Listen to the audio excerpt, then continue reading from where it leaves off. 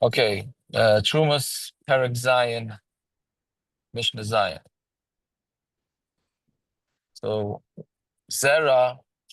So we had just a reminder of the last Mishnah. So the last Mishnah was that if you had a box of truma that fell into a suffix of one, well, there were two boxes, one box of truma, one box of chulin, and there was some truma that fell into it. So we said that we're going to assume that the truma fell into the truma, and therefore the chulin is going to be perfectly fine. But we said what happens if um, let's say there's two two things of truma and they fall into both boxes. So then you have to say that one of them for sure is truma. You can't ignore that. Even though if you look at each one, you could say, well, it's a suffix, right? But we said that it's not a suffix, right? So then so the Mishnah says, Nafla achas men l'soich achulin. Oh no, that's the last Mishnah. Mishnah Zion. So zora is achas man.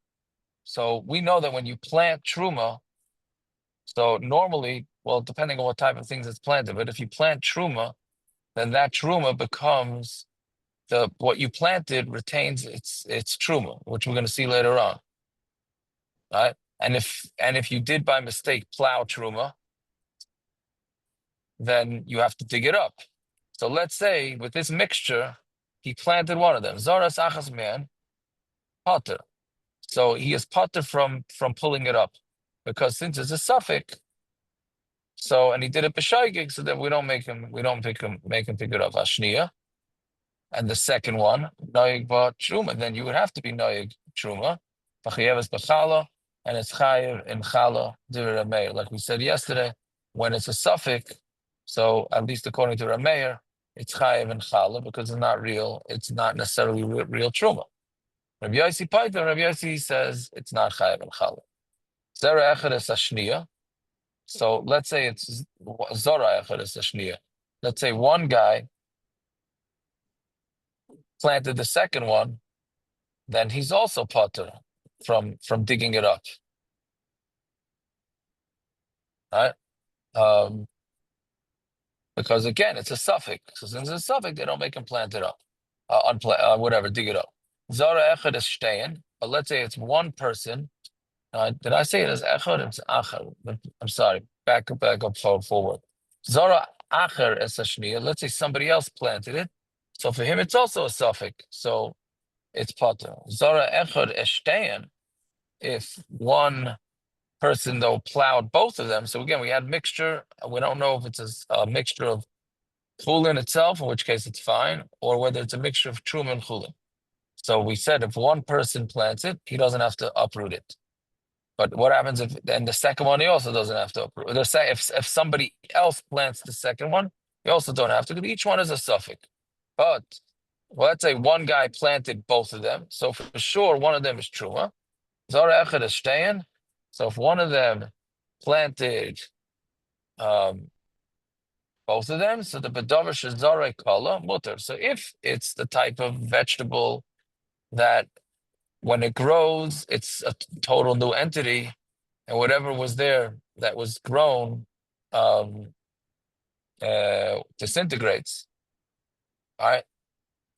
I don't know which type of seeds out of Rachamim on, which type of seeds disintegrate, and then it's a total new entity.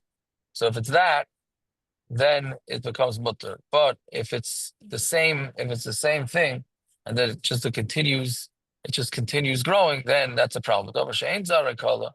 If it's something that does the seeds don't get finished, then it's also right. Fine.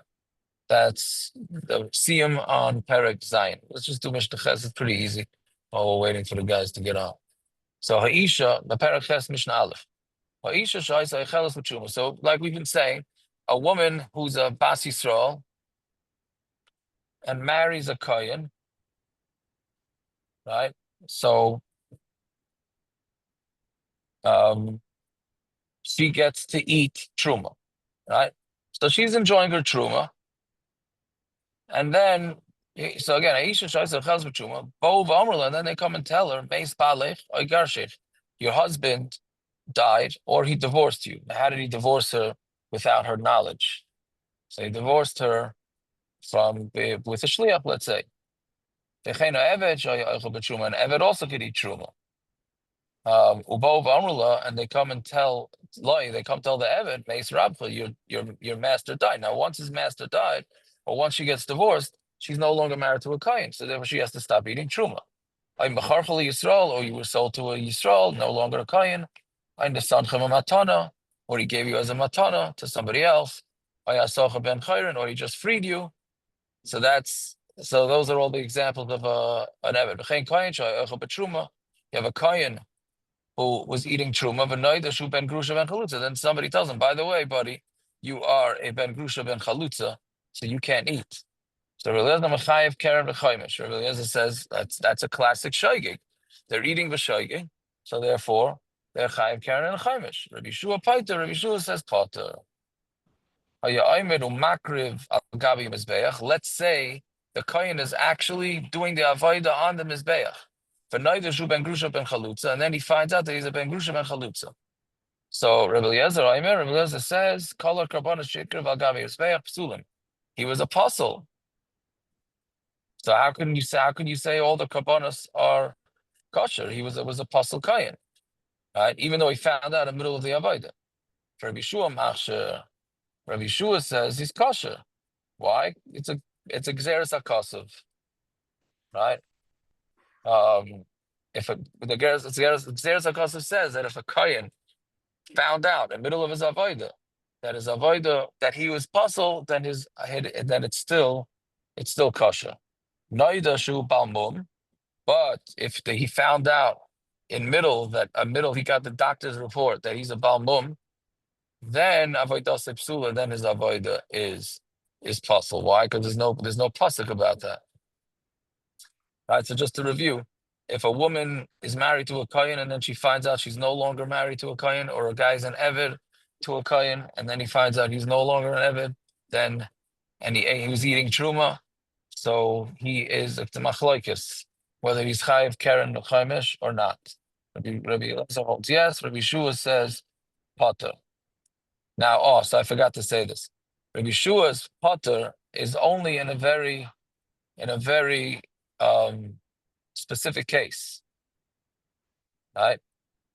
It's talking about that she's that the either the eved or the wife, it's erev Pesach and is eating chametz, that's truma, right?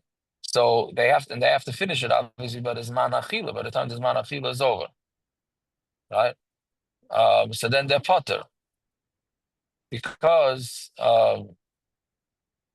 they have to get it done. They have to finish it off to make sure that it's not nobody's over on anything. But if it would be a regular day, then Rabbi Shua would be Maida to Rabbi Eliezer. So it's a very unique case that he's talking about.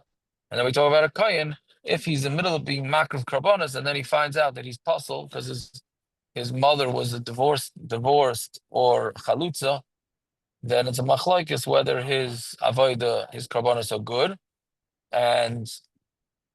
but if he finds out he's a baal mum in the middle, then according to everybody, he is his avodah is no good. Okay, we'll stop over there to record.